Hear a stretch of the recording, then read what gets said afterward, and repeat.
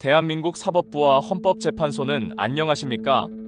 청구인 측 변호인이 근무하는 법무법인의 대표 변호사가 헌법재판관과 부부 사이라면 헌법재판관의 공정성을 기대할 수 없기 때문에 피청구인의 공정한 재판을 받을 권리에 중대한 영향을 미칠 수 있는 상황이 되는 것입니다. 이는 이해충돌에 해당하며 다음과 같은 절차와 고려사항이 필요합니다. 첫째, 헌법재판관의 회피 원칙 적용 여부를 살펴야 합니다. 헌법재판소법에 따른 회피 가능성이 존재하기 때문입니다.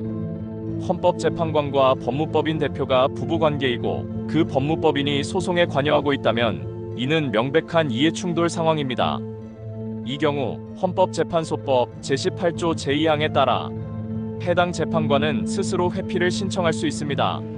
헌법재판소법이나 대법원 판례에 따르면 재판관과 특정 사건의 당사자 혹은 간접적인 이해관계자 간의 사적인 관계가 존재할 경우 공정한 재판이 어렵다고 판단될 수 있습니다. 회피는 헌법재판소의 공정성과 독립성을 유지하는 최소한의 장치입니다. 그런데도 불구하고 현재 헌법재판소 재판관들이 이를 거부하고 있습니다.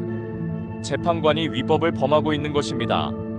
청구인 또는 피의자는 해당 재판관이 사건에서 배제되도록 회피 요청을 할 수 있습니다.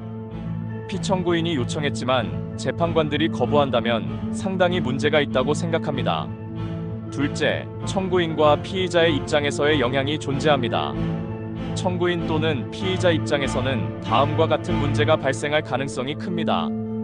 판결의 공정성 훼손 가능성이 있습니다. 헌법재판관이 해당 법무법인과 간접적으로 연결되어 있어 판결이 청구인에게 유리하거나 피청구인에게 불리하게 작용할 수 있다는 의혹이 생길 수 있습니다. 이는 헌법 제27조 제1항에 보장된 공정한 재판을 받을 권리를 침해할 소지가 있습니다. 헌법재판소는 사법부의 최상위 기관으로 그 결정은 국민의 신뢰에 기반해야 합니다. 이해충돌 상황에서 내린 판결은 결과에 관계없이 논란을 일으킬 수 있습니다. 세 번째, 헌법재판소와 법무법인의 조치 방안입니다. 첫째, 헌법재판관의 자발적 회피입니다. 헌법재판관이 자발적으로 사건에서 회피하여 공정성을 확보해야 합니다. 이는 헌법재판소 내부의 신뢰성을 지키는 최소한의 조치입니다.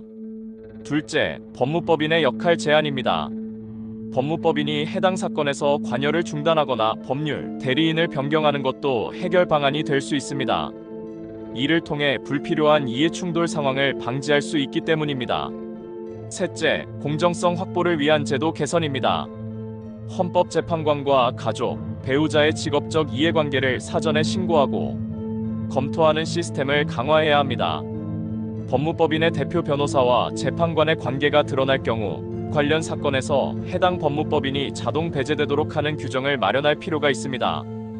네 번째, 국제적 관행과 비교해보면 국제적으로도 이해충돌 상황에서 재판관의 회피는 공정한 사법 시스템을 유지하는 필수적인 조치로 간주됩니다.